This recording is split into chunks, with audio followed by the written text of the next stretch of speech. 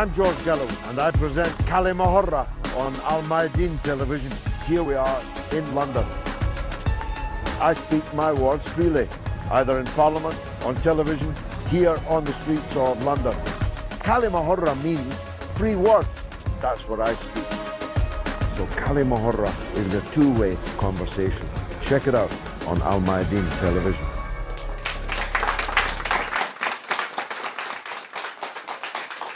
Welcome to Kalima Horra with me, George Galloway, on Mayadeen television, coming to you from London, but talking about Brazil. The elections for a new president, one could argue, were rigged in advance when the most popular opposition candidate, Lula, the veteran trade union leader and highly successful president in his time, was framed and banged up, at least according to his supporters and me, and forbidden from standing. His successor, of course, was also framed and forced out of office. So the Workers' Party of Brazil was up against it right from the start. Their candidate, Haddad, got 45% of the vote.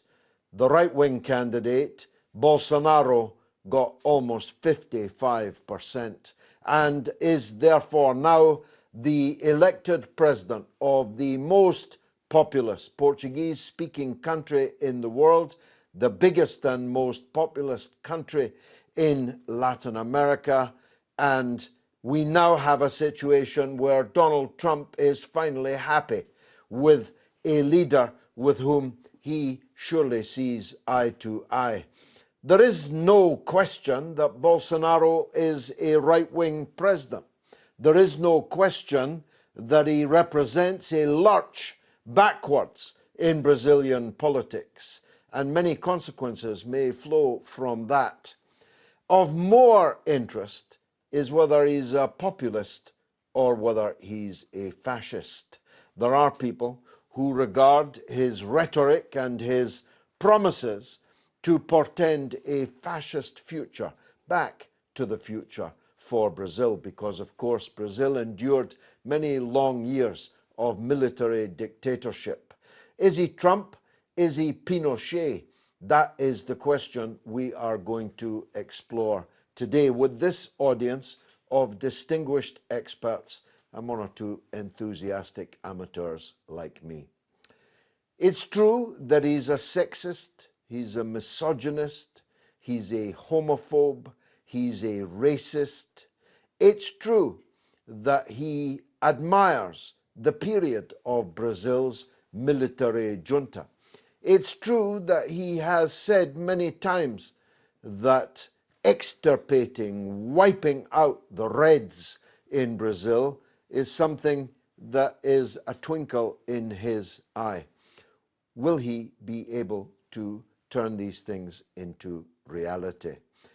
I think ontology is important in politics. You have to properly identify the actual character of the opposition or the people that you're supporting. You have to accurately define and describe them.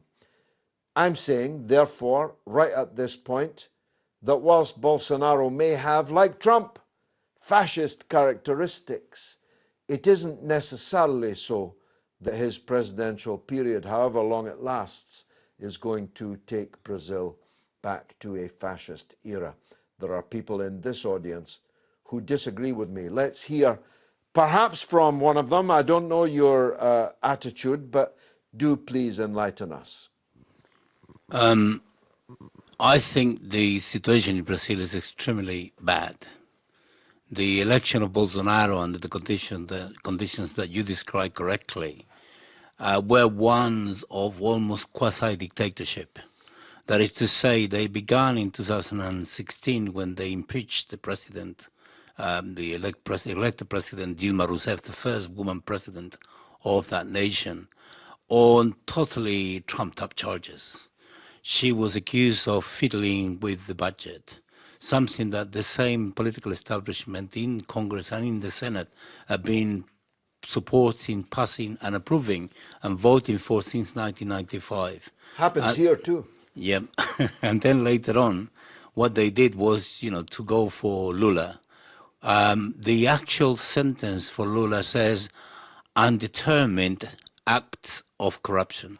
That is to say, the judges were not able to even actually pinpoint any specific charge. So in the case of Dilma, there was an invented charge.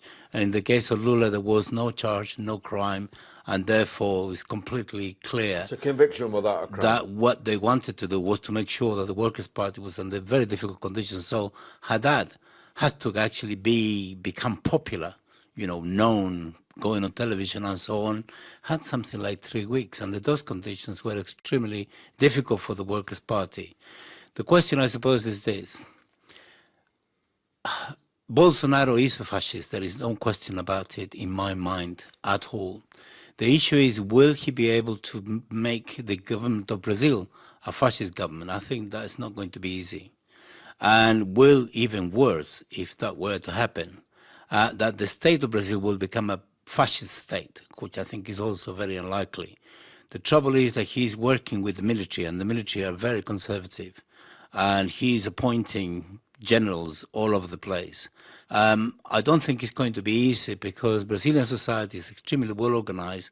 Just to mention a couple of developments or a couple of elements there, the Workers' Party of Brazil has 3 million members and has been able to command 54 million votes in the past. I don't think that's going to disappear automatically.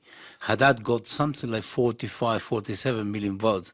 So there is a formidable amount of resistance, and the coalition that exists around the Workers' Party is basically a much more left-wing, much more radical. So what we're going to have is a substantial amount of conflict, contradictions, clashes of every kind, and that's where international solidarity comes in, but I suppose that would be part of the continuation of the discussion. Yes, I have some questions for you, if I may. You are Chilean, so you know what fascism is. You know that Pinochet was an actual fascist with fascist institutions who turned Chile for a period into a fascist state. I agree with what you've said. Whatever the characteristic of Bolsonaro himself, he will not be able, certainly not able easily to do in Brazil. Here's a trickier one.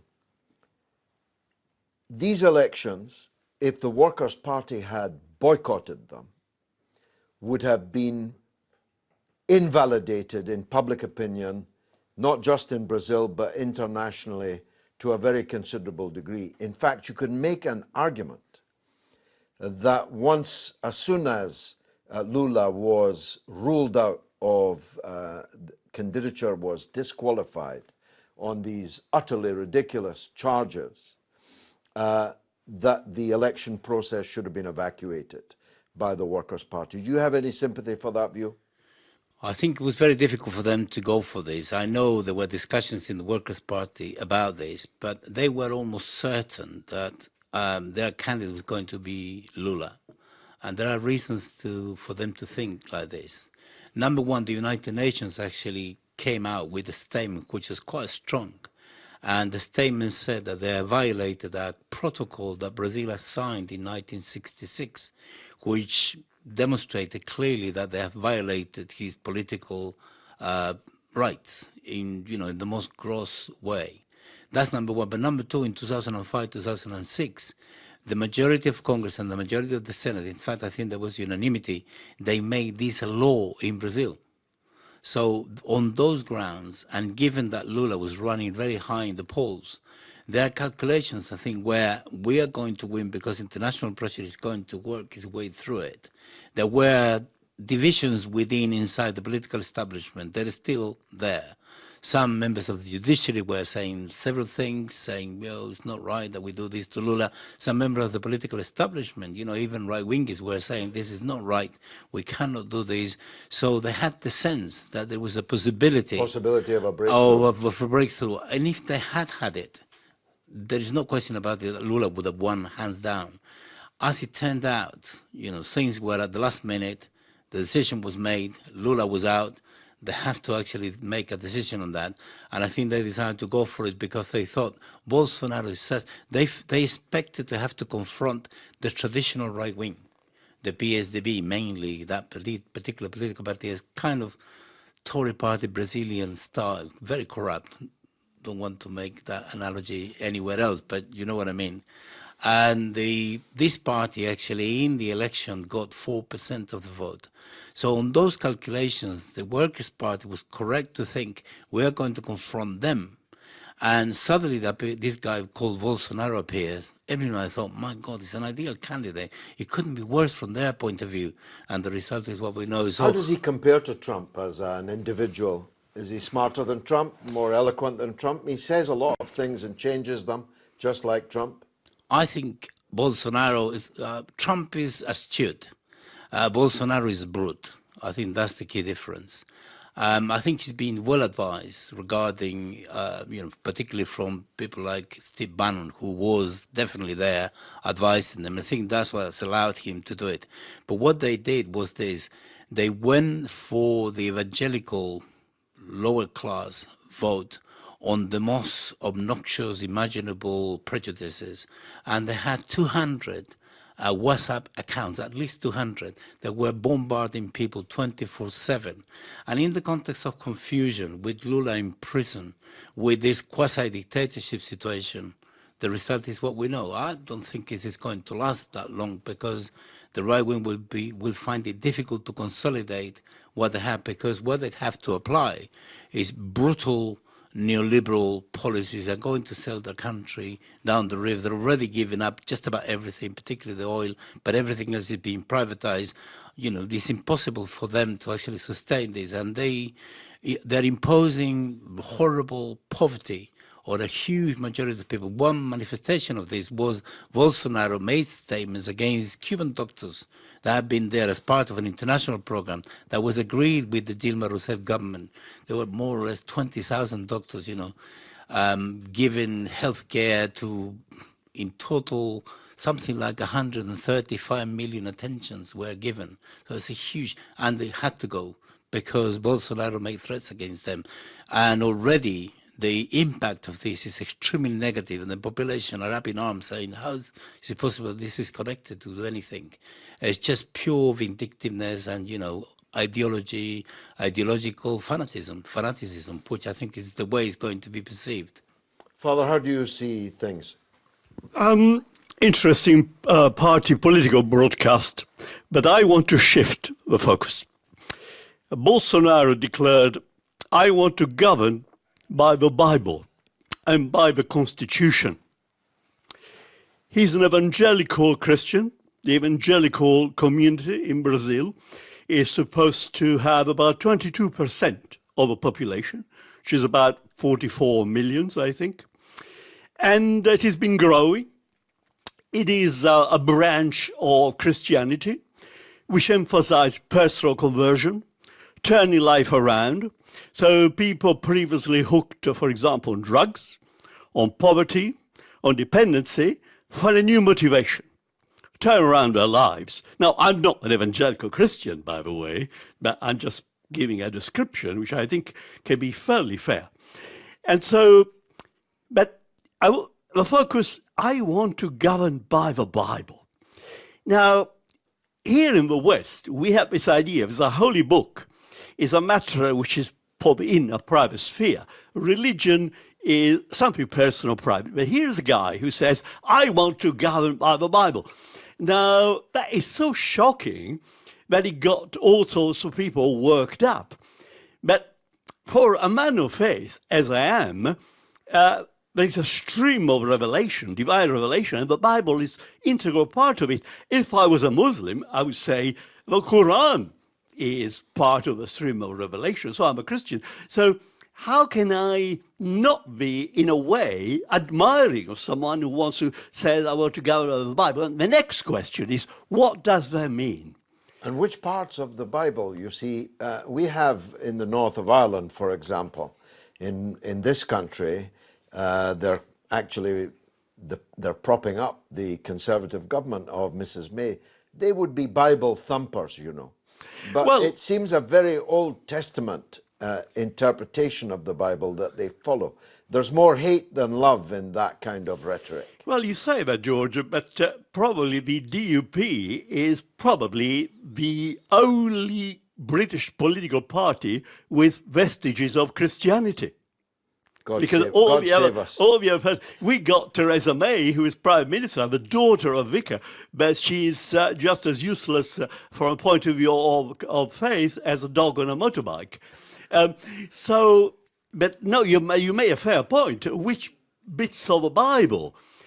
People say, oh, well, you're in favor of a burning of witches then. But just silly, because the church does not subscribe to the food laws or the penal laws of the Old Testament. It is the new covenant, a new deal, isn't it? So there is a change. But at the same time, if I look at Bolsonaro's ideas to crack down on rampant criminality, which I believe is a big problem in Brazil. I have a Brazilian cousin, after all. Well, I mean, that is not in contradiction with the New Testament, because St. Paul says, fear not the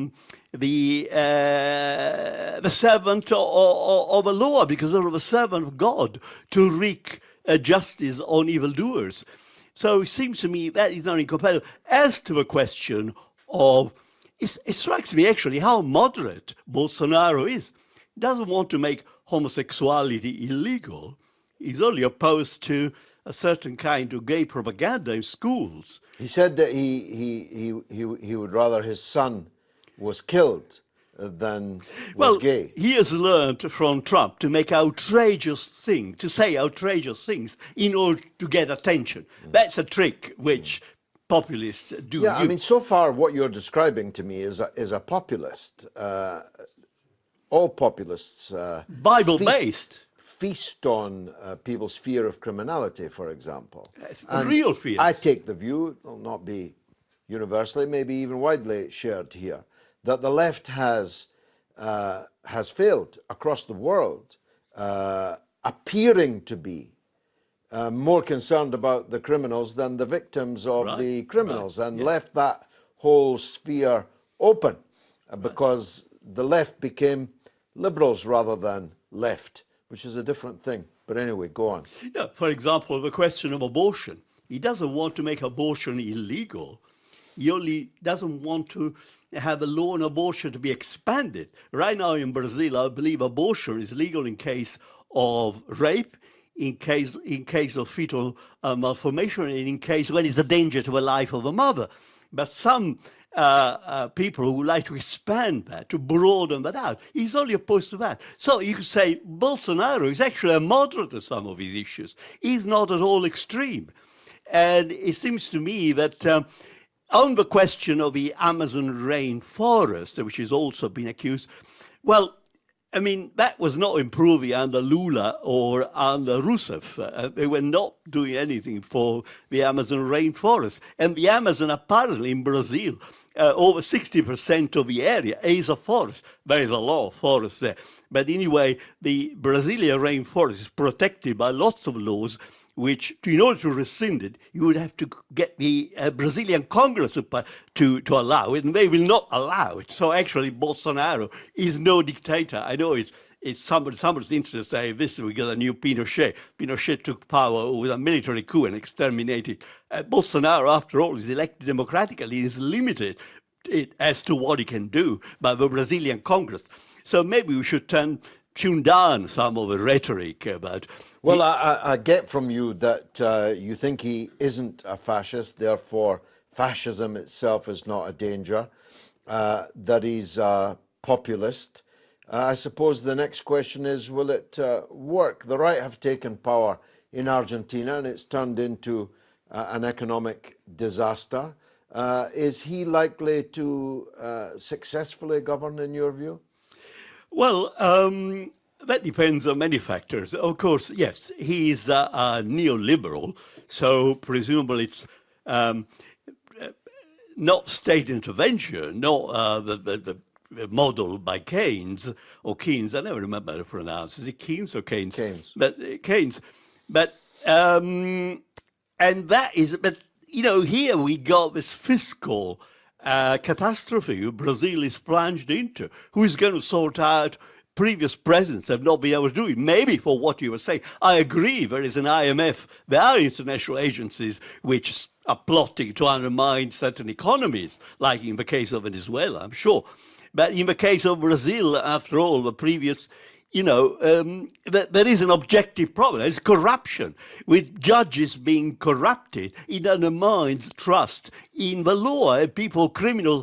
Criminals feel they can get away with it. So that increases criminality. Somebody's got to do something about it. And even lastly, arming the police and everything else. Well, once again, cracking down criminality is not incompatible with the Bible, I dare to say, because it's a way of protecting the poor and the vulnerable. Well, a perfect dichotomy so far to kick off the show. We'll be right back.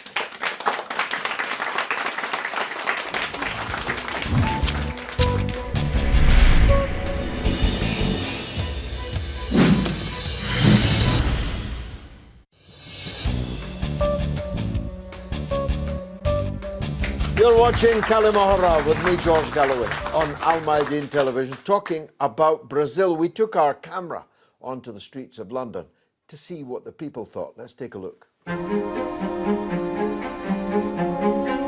Do you think the election in Brazil was a victory for democracy or for fascism? Okay, it wasn't definitely a win for democracy because he's from the army and he wants the army to control the country. So it was a loss for us, and especially because he's a bit aggressive. He's more like a Trump, I would say, but even worse, because every word that he says reflects in the population, so it's not good at all. Sometimes we know the election has misled by wrong information, and so I think it's the same for the election we had in Brazil. Maybe people have been misled. We're not on board. Well, I'm not on board with our president. No, not at all. So I don't think that it's for nationalism. I think it's for a specific group of individuals, and it's about control and it's about money. Yes, Brazil have a new moment. This family, Bolsonaro represents our family for innovation, not corruption.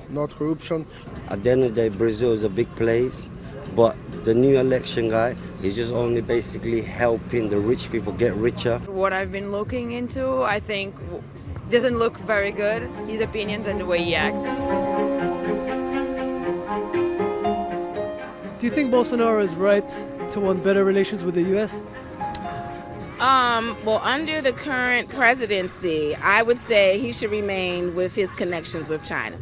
Continue to build that bridge, especially if that relationship has already been established. I would say maintain that as much as you can with this particular president, because he doesn't have any morals or values.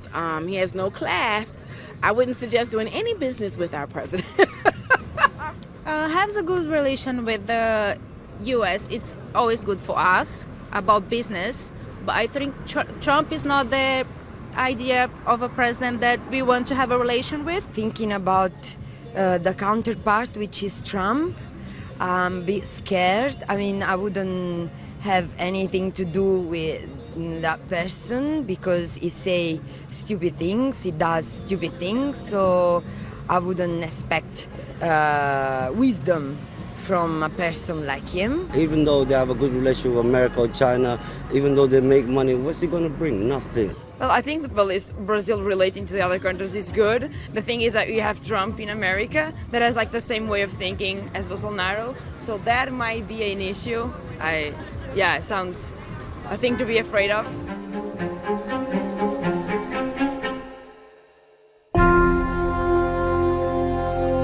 Well, quite an impressive amount of knowledge about the political situation in Brazil on the streets of London. I'm pleasantly surprised. Madame, what's your view? Assalamu alaikum. May the year of peace be upon us now. We are living in times that are very interesting. It's the change of century as well as change of millennium. The fact that we go back to the things that we know, the things that we recognize, is a sign of many, many huge changes to come in consciousness. And since we're talking about binaries and dichotomy, that is a change in consciousness that will take place as well, and is taking place all over the world in different levels by many of us. Brazil is well known for syncretism. The survivors of slavery have been able to adapt and change a position of religion that has been one of war among people. And they have adopted a position of perspective in which, under oppression, they were not able to worship their gods. And they were able to then facilitate an interconnectivity among all the symbolistic gods and saints and orishas and spirits that we have ever co-created in our human capacity of developing knowledge to the extent that our senses develop. In politics in Brazil, the same thing has happened. What came to our awareness is that any political situation in which we have prisoners of consciousness, political prisoners, can be dealt with easily with an expansion of democracy that since the Greeks we have not taken much further. And it's about time we do, so then democracy can be really taking us forward in a sense of connectivity we have all over the world that is very different than we had before when we didn't have communication as such. Now we are communicating with each other in a way that we never communicated before. So the beauty of it is the fact that democracy in Brazil, given the situation of Lula and the politics, has actually reminded us that anyone in prison is entitled to the human right of voting and standing for election. That will deal with the problems of political prisoners all over the world. It simplifies matters. We have a relationship. I'm part everything. I am a mixture of everybody in the world. Well, I'm I'm just not spiritual enough to ever understand anything that you would say. Madam, this question of Bolsonaro's attitude to gays we've touched on, but he doesn't seem to be a person much enamored by the multiracial, multicultural character of Brazil, a country of vast quantities, huge numbers of people who are the descendants of slaves that were brought there, people who were indigenous to the country before the slavers and the colonists arrived. He seems to be, to me anyway, a representative of a kind of white power in Brazil. Is that how the black and minority ethnic Brazilians are looking at it? Yes, pretty much with what's going on. Yes, and also it is kind of what he says on videos, his attitude. So many homosexuals has been killed, beaten up in the streets. I can't say the number exact, but many, many, many. And black people as well. We have armed now on the favelas. They criminalize people when about maybe 2 years ago, or maybe even longer, I don't know, they found out a helicopter, and the helicopter belonged to one of the most rich men in Brazil. And we know that. We know that for it's not a lie. And also about the doctor situation now. They say the Cubans went to Brazil to go to areas where the Brazilian doctors don't go, because most of Brazilian doctors in Brazil are from the elite. Those could pay for the students to go to paid universities. Since Lula, they started, the students from lower classes where they started going to university, but they are not really ready, I mean, they don't have experience to start, so these Cubans, 20,000 Cuban doctors were working in the poorest in the poorest area. And I have one person in my family. They have gone? Have they gone already? Most of them are gone, yes. They are gone all over there. And I have a person in my family, a doctor, and I know many of others. One in my family that passed the test from a public hospital, a state hospital, and never went, never. She receives every month the salary, and she never went to work. She pays somebody to sign for her, to sign in for her. So that's what they do. And then they go and work in private clinics. And that's not a lie, and we know that. All Brazilians know that. In the past, Bolsonaro was an admirer of Hugo Chavez. He spoke warmly of Chavez. I've seen the speech that he gave. Was this because he saw in Chavez, you know, a strong man, military fellow like him? Or was he just misunderstanding Chavez? I don't know. I don't really understand Bolsonaro. Sometimes I think he's just like, how do we say, a puppet. You know, he does whatever they tell him. Sometimes, I'm not sure. That's the way. Who would be telling him what to do? Probably, mainly the militaries. Because, you know, if he fails, the militaries come. They have an excuse to Do the military want to come? Of course. Are we talking a military class that would like to go back to previous times? Yes, Bolsonaro's vice is general. It's kind of out of fashion now, though, the outright military dictatorship. A military junta would be quite an aberration in today's world, whereas earlier in my life it was quite a common thing. Not in Brazil. Not in Brazil. No? No, not in Brazil.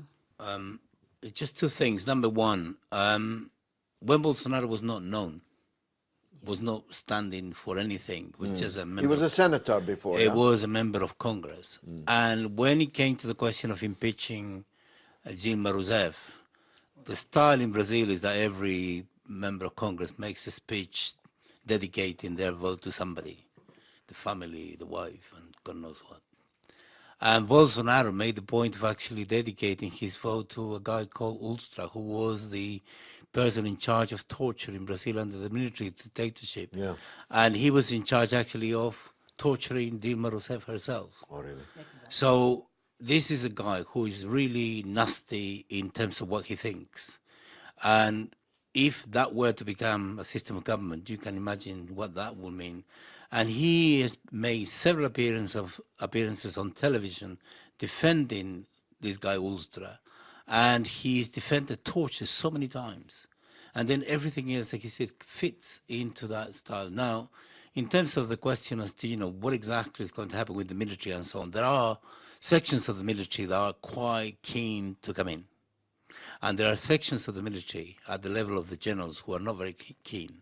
Because, you know, they don't want to politicize the army as they understand it. Whereas there are some others who want to bring law and order with some ruthlessness. Certainly Morale, who is the vice president, is very keen to do this.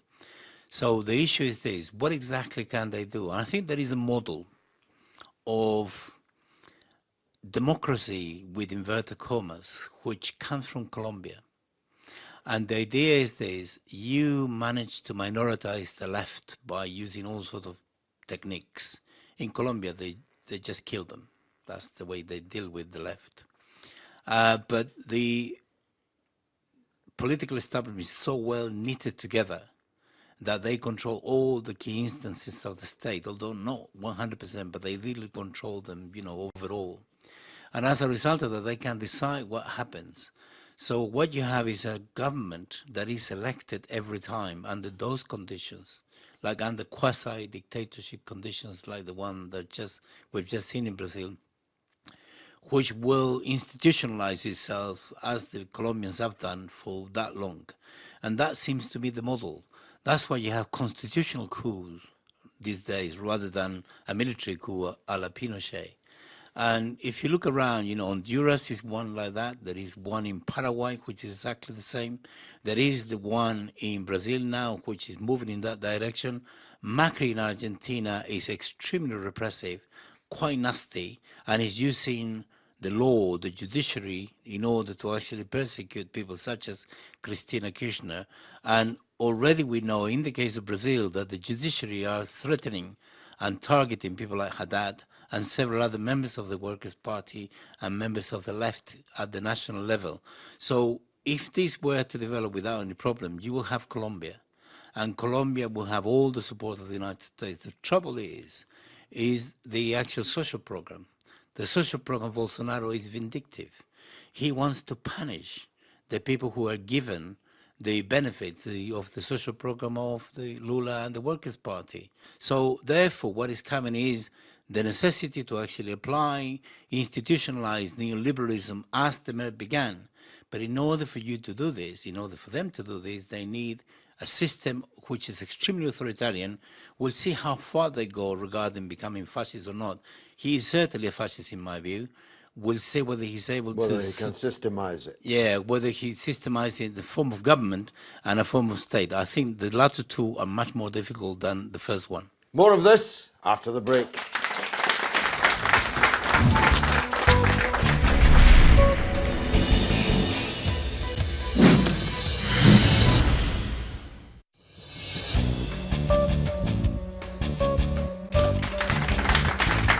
You're watching Kalima Horra with me, George Galloway, in London, talking about Brazil. We took the cameras out, as I told you. Let's get some more of what the people thought. Do you think the military approach is the right approach for Brazil at this moment? I would say yes. And the reason I say that is because the military teaches you a certain way to think, a certain way to react, a certain way to respond to certain things, and it's very rigid. There's corruption with the military guy. At the end of the day, they're all corrupt. All they care is about their money and their power. They say we're gonna, put like police, IE, military, China help, but they're not doing nothing positive. Well, corruption exists because people have not enough to live on. So if we think to sort out the simple problems of people, then there would be less corruption. And I don't think that military power or representation has a good influence. I think that one of the reasons why he won was because the left wing has been so bad at being so corrupt for so long and not dealing with it themselves. They kind of brought it on themselves to be defeated, let's say. Whether a hardline military approach is going to make anything different, I doubt it. All the population, half of the population that votes for him, was expecting that he would be against the corruption because it's a big problem in my country right now. But I don't think he's 100% against that, because he said many times that he still wants all the advantages of being a president, all the money he's gonna get for it. He's not very against, because he would say like, oh, I can get less and my population can get more money for the hospital, for the schools and everything, but he wasn't against that, so I don't think so. I don't think it will work. I think the peaceful way is like the right way to go, but I'm not really sure, so.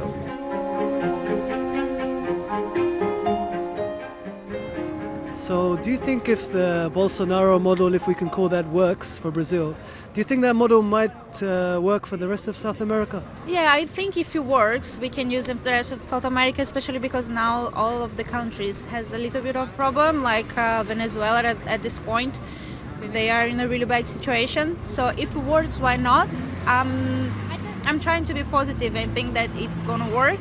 Like, I'll give you an example. Argentina's well established. Like I said, Brazil's corrupt. It's not how good you are, it's who you know. Like the richest get richer, the poorer get poorer. They will get rid of him if he's not good. That's what happens every time. That's true. Yeah. Great.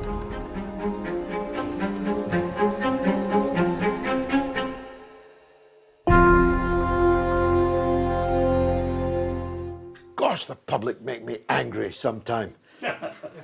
Let me continue the debate. Let me take the gentleman in the middle.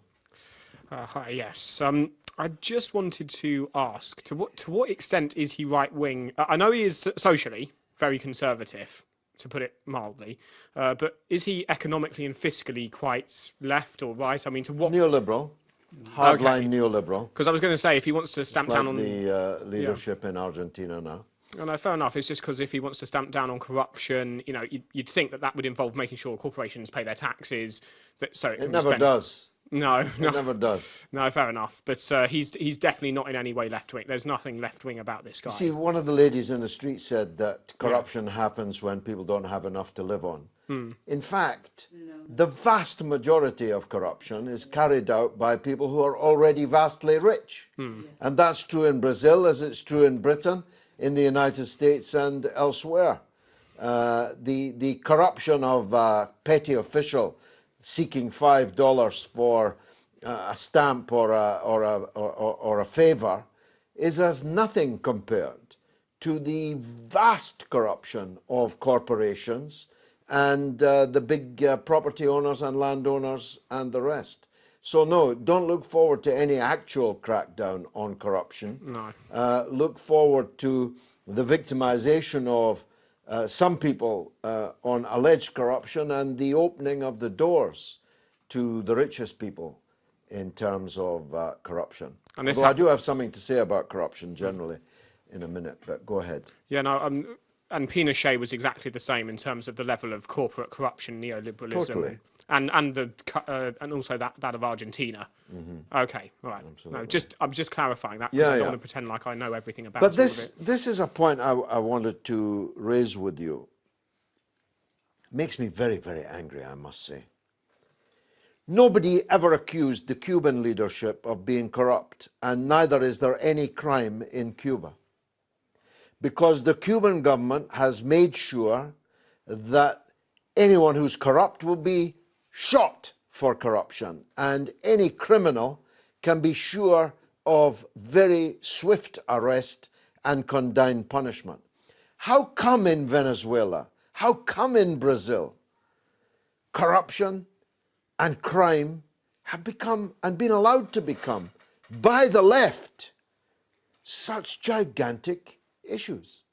Or am I just old-fashioned? No, you're not old-fashioned at all. You're absolutely right. I think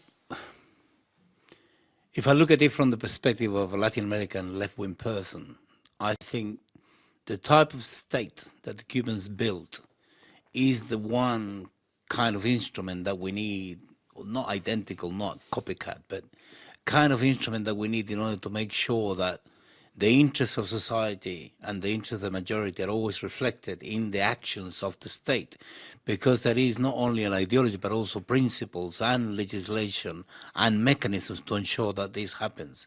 This doesn't make Cuba perfect, but certainly, when it comes to things like that, that's the case. And what happened in the case of Brazil, seems to me, the Workers' Party never bothered to reform the state. And the result is the state turned against them, and we know what the consequences are. The same with the others. The Venezuelans have tried to reform their state, and they are sort of halfway there with all sorts of complications. And in the case of Argentina, there is no reform of the state, and the consequences are what we know. In the case of Brazil, just to give information regarding the question of corruption, Bolsonaro is being supported by the very corrupt political class that are in Congress. There are in Congress about 300 members of Congress who have been investigated for corruption. This is not an investigation of one case of corruption. Some of them have 4 cases of corruption being investigated. Some of them are being convicted of this corruption.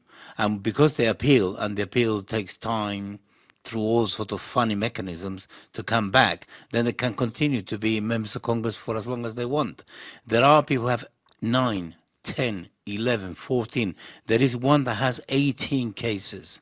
And these are the people who are supporting them. And Brazil in 2002, when Lula came to office, had a GDP, a gross domestic product of $600 billion. By 2012-13, Brazil had gone up to 2.7 trillion. And there was a vast amount of money as a result of the commodities boom that Brazil so much benefited out. And there was a huge amount of expansion of public works. That's where the corruption came in. And the PT, the Workers' Party, is guilty of that. But the number of members of the Workers' Party who are guilty of this is a small number, very small number compared to all the other political parties. There is no question about it. And when the Panama Papers came out, not a single member of the Workers' Party at any level was in the Panama Papers. All the other political parties were. So that's a clear indication that, yes, there is the question of corruption, but the Workers' Party is not the main culprit. However, were you to read any media, not to name The Guardian or any Guardians or the BBCs, you get the sense, you get the impression that actually it's the Workers' Party the main problem. Actually, it's the opposite. Good point. And it seems to me that this is not going to change because he needs that political class who is totally corrupt, including judges, in order to do what he wants to do. Yeah. Father, I wanted to raise something with you. In European to evangelicalism, it struck me that this is probably the reason why we can now say that the incoming Bolsonaro government is Israel's best friend in the world. They have, even better than the United States, they have said, Bolsonaro's son said that we are going to paint Brazil blue and white. He meant the blue and white of the Israeli flag. And he was wearing a T-shirt with Mossad written on it when he said it. So I think we can take it from that Netanyahu is a very happy man that Bolsonaro's coming in. I'm going to answer your question, but first I wanted to say 1 second about corruption. I did like your example, Cuba, where they shoot, you said, people responsible for corruption. Now, even from the upper ranks of their own government. Very good. And that ties in well with Bolsonaro's proposal to bring back the death penalty. So that is, of course, that would not necessarily be in the direction which you advocate. But you can see... If he wants to shoot the corrupt, I'll back him. You can see how the death penalty can work in some circumstances. But coming back to your quite apposite question, I certainly, the Ten Commandment line is, you shall do no murder. You shall do no unlawful killing. Because the Hebrews, the Jews who follow those commands, have killed in war in self-defense. So it was not meant to apply in an absolute pacifistic sense. That was the interpretation of the Hebrew words. You shall do no murder. No, you shall not kill. Because they all killed animals, for example. It is not an absolute command. That is a matter of scholarship. Now, before we go to Israel, let me take a break.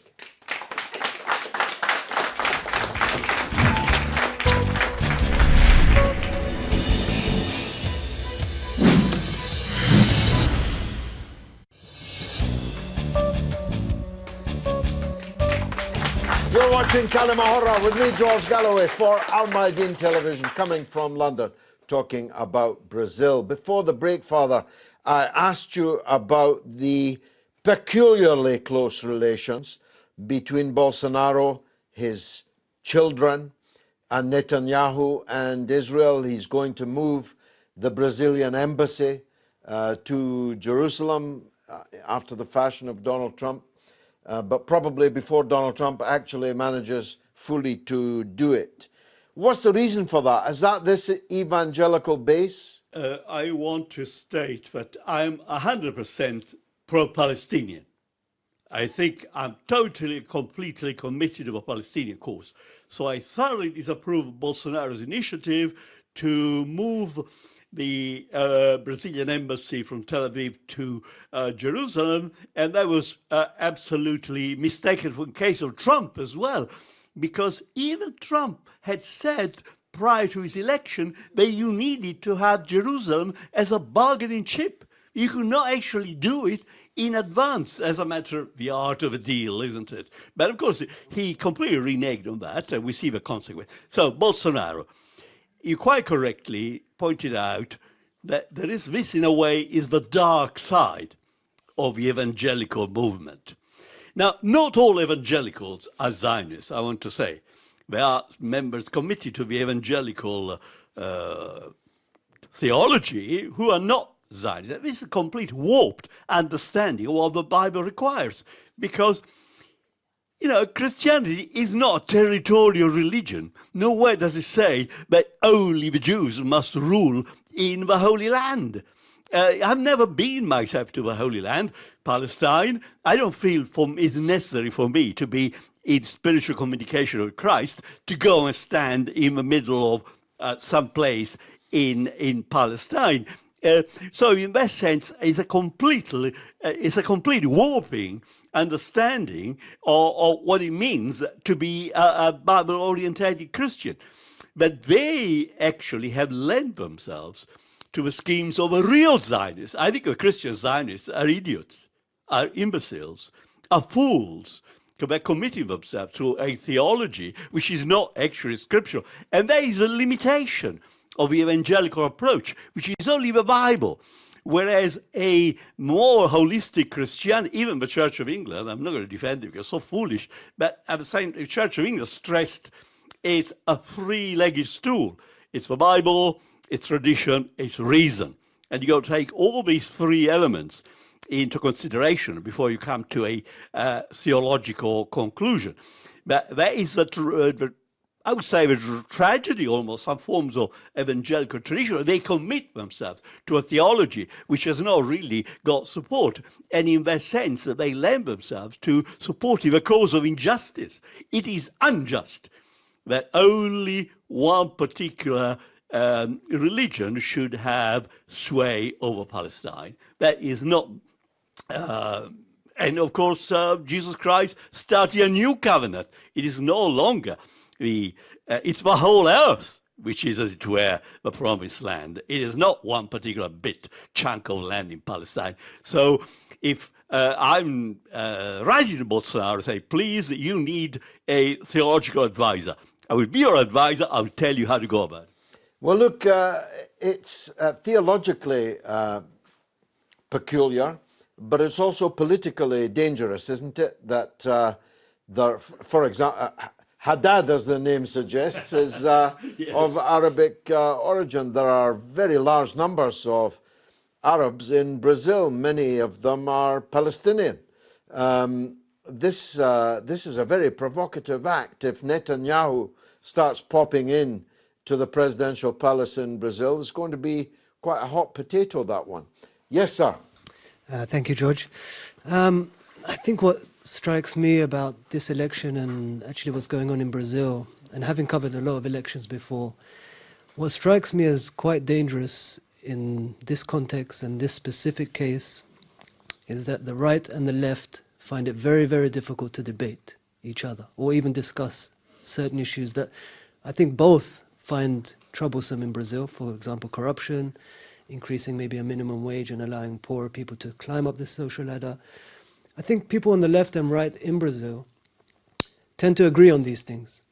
But because Bolsonaro allowed himself a platform that doesn't allow for the left to speak or the left to have its say, he's marginalized the way that Brazilians are now debating things. And I feel it's dangerous because whenever somebody from the left wants to criticize anything, they automatically aim it at the right.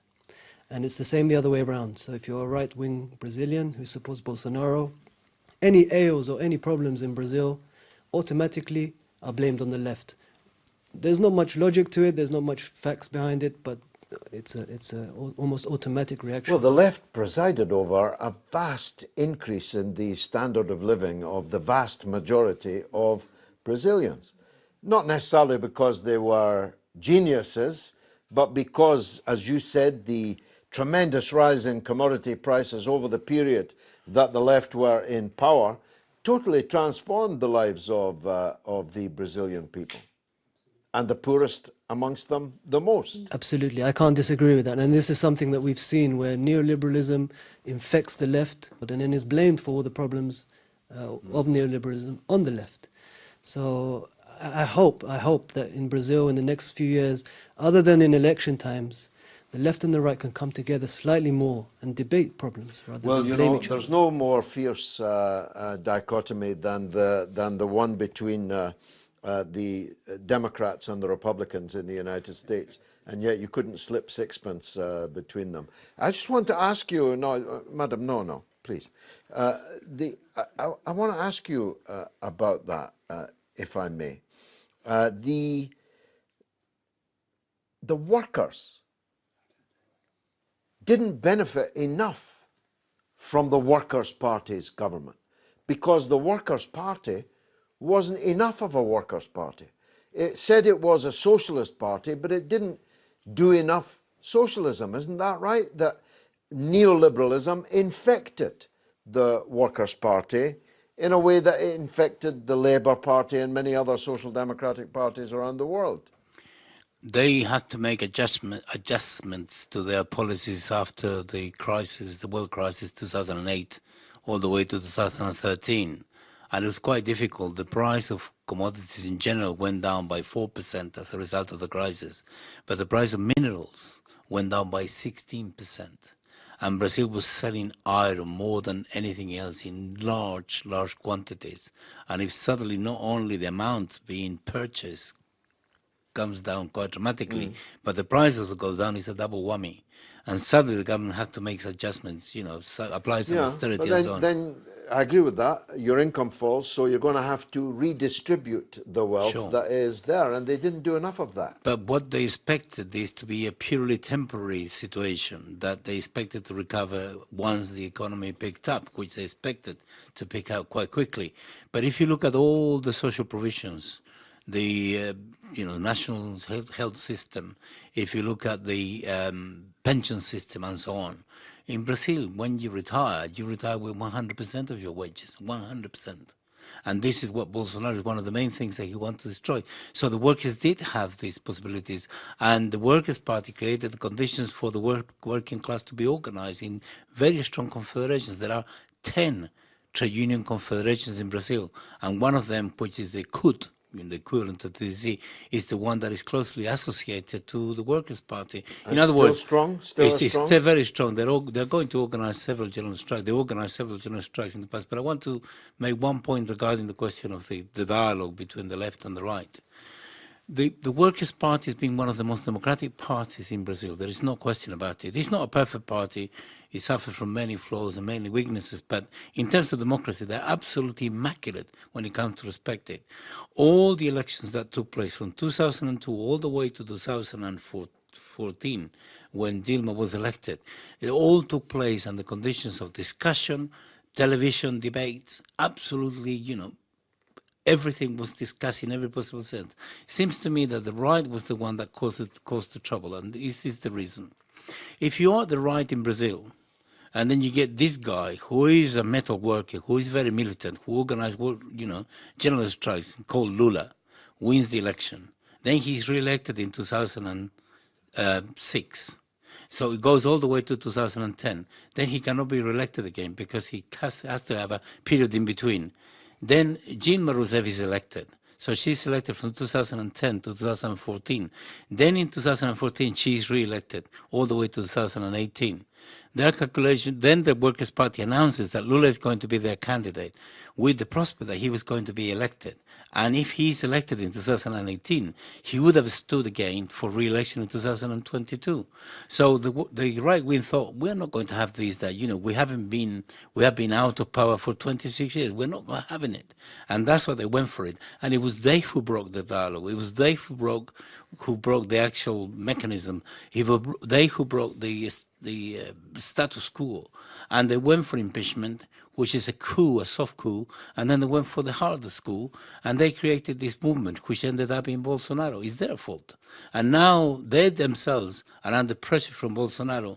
The right-wing newspaper, which created all the conditions more than anybody else, called Folha de Sao Paulo, who campaigned more than anybody else for the most right-wing solution in favor of impeachment, in favor of Lula being in prison and so on, now is being attacked by Bolsonaro himself, and they're desperately asking for international support because Bolsonaro is threatening with closure. Well, I would be against them being closed down, but that's the situation. The traditional conservatives that you were talking about, the more respectable part of the ruling class in Brazil, must be anxious about the fact that people all over the world are discussing whether Brazil is a fascist country or not. It's not exactly good for business to be known across the world as maybe not a fascist country.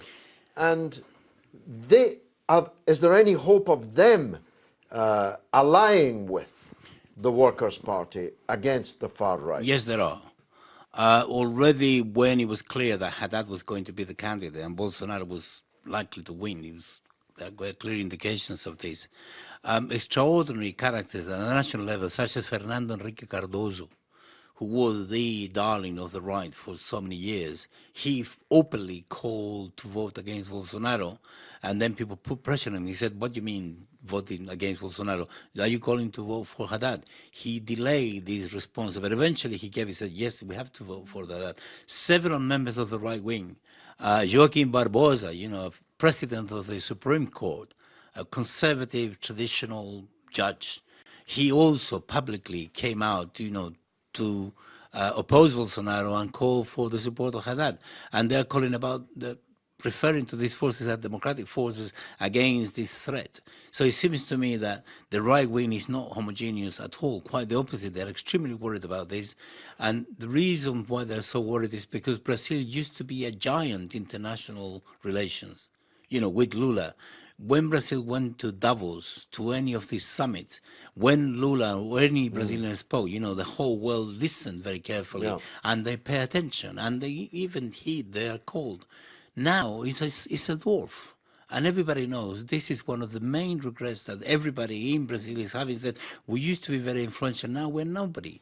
And now we're going to become an appendix of the United States. So I think to me that sections of the right are going to say this. 35 years ago, I lent Lula $200 when he was an impecunious trade union organizer who happened to find himself in London and in need of some funds. It's the best investment I ever made. Though it's never been repaid, I don't want it to be repaid. So I have a personal interest in asking you, will Lula ever be free? Will he ever be able to run again? Can he be the president again? People are thinking, and I think I know what the thinking in Brazil is. They want to organize a campaign internationally with the maximum support possible for democracy, for the defense of democracy and against the excesses or the policies of Bolsonaro. That's one thing. And the socialist parties in Europe are quite keen on this. There is Sanchez in Spain and there are the Portuguese in the socialists in Portugal and so on. And what was interesting is that the General Secretary of the German Social Democracy, somebody called Schulz, decided to go to Brazil. German Social Democracy has never been very radical. And they went to Brazil to actually take pictures of themselves with Lula. So what the thinking at the moment in Brazil is one campaign internationally for the defense of democracy, a separate campaign for Lula. Lula must be free. And I think it's going to take the character of the campaign to free Mandela kind of thing. I think that's what they're thinking. I think it would be, if that is the case, I think it will put pressure on them. And there is a good chance because the United Nations is quite keen. And the person in charge of the Commission for Human Rights in the United Nations now is former President Michelle Bachelet from Chile, who actually led the campaign in support of Lula in Chile. So there are some good chances. It depends on how much people campaign and mobilize, and hopefully parliamentarians, trade unionists and so on, who are already signing things over here in the UK and I know in the rest of Europe, will make that possibility a reality, and we hope so very much. Father, last word to you. There are anxieties that the Trump-Bolsonaro axis may have extraterritorial ambitions, that we could see a confrontation, for example, between Trump's ally in Colombia and Trump's ally in Brazil against Venezuela, and the actual war on the subcontinent could be the result of this man coming to power. Can I ask you to pray that that should not happen, and do you think it will? You certainly can count on my prayers, because that's a clergyman's job. But of course, prayer is not supposed to work to override the goodwill of human beings. We're not supposed to say, it's all up to God, therefore we have to do nothing. We certainly have to work for peace. Now, I'm just tiny little word of caution about conspiratology, about open conspiratology, namely there is a great scheme to destroy. Maybe there is. Maybe there is a plan to undermine. You know a lot about Venezuela, which I don't. Although when I was young, someone wanted me to migrate to Venezuela. Later on, I was offered a parish in Caracas. You should have taken it. It's a wonderful country. No, I There just. are many of I your know it fellow is. countrymen there. I know it is. And certainly, I was fond of Chavez. I liked Chavez. And in my youth, I was even a Marxist-Leninist, but enough for autobiography.